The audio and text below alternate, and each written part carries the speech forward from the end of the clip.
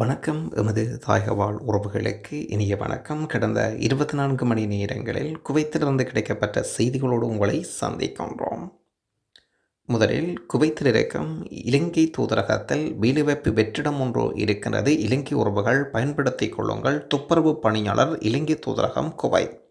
துப்புரவு பணியாளர்களுக்கான வேலைவாய்ப்பு இருக்கின்றது. ஆகவே மார்ச் 17ஆம் தேதிக்கு முன்னர் பொருத்தமான விண்ணப்பதாரிகள் நேர்முக பரீட்சைக்கு அழைக்கப்படுவார்கள் என்பதையும் அறிய தருகின்றோம்.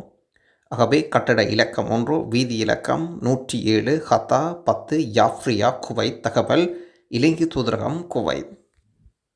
இன்றைய நாளுக்குரிய நாணய பெறுமதிகள் இலங்கை ரூபாவில் இன்றைய தினம் 951 ரூபாவும் இந்தியன் ரூபாவில் இன்றைய தினம் 281 ரூபாவும் சென்று கொண்டிருக்கிறது.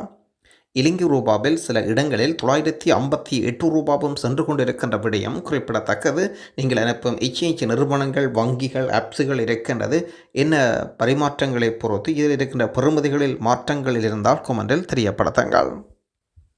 குவைத்தில் தொழிலாளர்களின் சம்பளங்கள் ஒவ்வொரு மாதத்திலும் 7ஆம் தேதிக்குள் செலுத்துவது கட்டாயமாக்கப்பட்டிருக்கின்றது. சம்பளம் தாமதமாகும் பட்சத்தில் வேலை வழங்குனர்கள் அபராதம் விதிக்கப்படும் என்றும் அவர்கள் தொழில் அனுமதி புதுப்பிக்கப்படாமல் தடுக்க நடவடிக்கை எடுக்கப்படும் என்றும் செய்திகள் வெளியிடப்பட்டுள்ளன.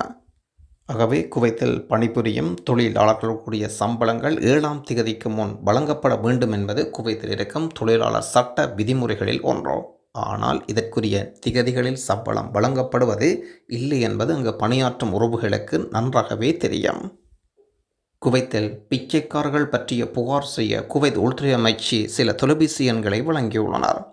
ஆகவே குவைத்தில் இந்த ரமலான் கால பகுதிகளில் தெருவில் பிச்சை எடுப்பவர்களின் எண்ணிக்கை அதிகரித்து சென்று கொண்டிருக்கிறது. இதை தடுக்கும் வகையில் உள்துறை அமைச்சு சில தொலைபேசி எண்களை வழங்கியுள்ளனர். நீங்கள் பிச்சைக்காரர்களை காணும்போது கொடுக்கப்பட்ட எண்ணில் தகவல் கொடுக்கலாம் என்று சொல்லப்பட்டிருக்கின்றது. ஆகவே தொலைபேசி இலக்கம் தேவை என்றால் சொல்லுங்கள். பிச்சை எடுத்தல் குவைத்தில் சட்டவிரோதமாகும். எனவே இந்த தகவலை அதிகாரிகளுக்கு தெரிவிப்பதன் மூலம் சமுதாயத்தின் பாதுகாப்புக்கும் ஒழுக்கிற்கும் உதவ முடியும் என்றும் சொல்லியிருக்கிறார் உள்துறை அமைச்சின் சார்பாக இந்த செய்தி.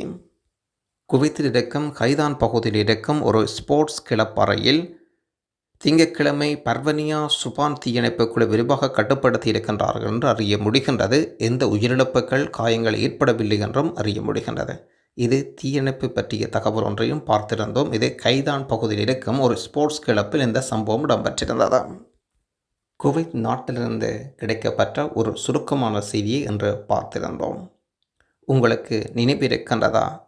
நீங்கள் முதல் முறையாக குவைத் வந்து தாயகத்துக்கு முதல் முறையாக பணம் அனுப்பும் போது குவைத் தினாருக்கு இணையாக இந்தியா மற்றும் இலங்கை ரூபாய் மதிப்பில் எவ்வளவு இருந்தது என்ற. நன்றி அன்பா. வணக்கம். வேலைவாய்ப்பு செய்தி. பிந்தாஸில் ஒரு கொய்த்தி வீட்டுக்கு 2 மாதத்துக்கு மோக்கத்துக்கு டிரைவர் ஏற்கிறாங்க. சம்பளம் 230 நாள் கொடுத்துருவாங்க.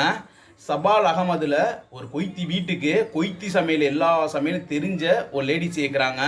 சம்பளம் 240 நாள் கொடுத்துருவாங்க. 2 மாதத்துக்கு கேட்குறாங்க. அர்தையாவில் ஒரு கொய்த்தி வீட்டுக்கு க்ளீன் மட்டும் பண்ணுறதுக்கு ஒரு லேடிஸ் ஏற்கிறாங்க. அவங்களுக்கு சம்பளம் 200 நாள் கொடுத்துருவாங்க.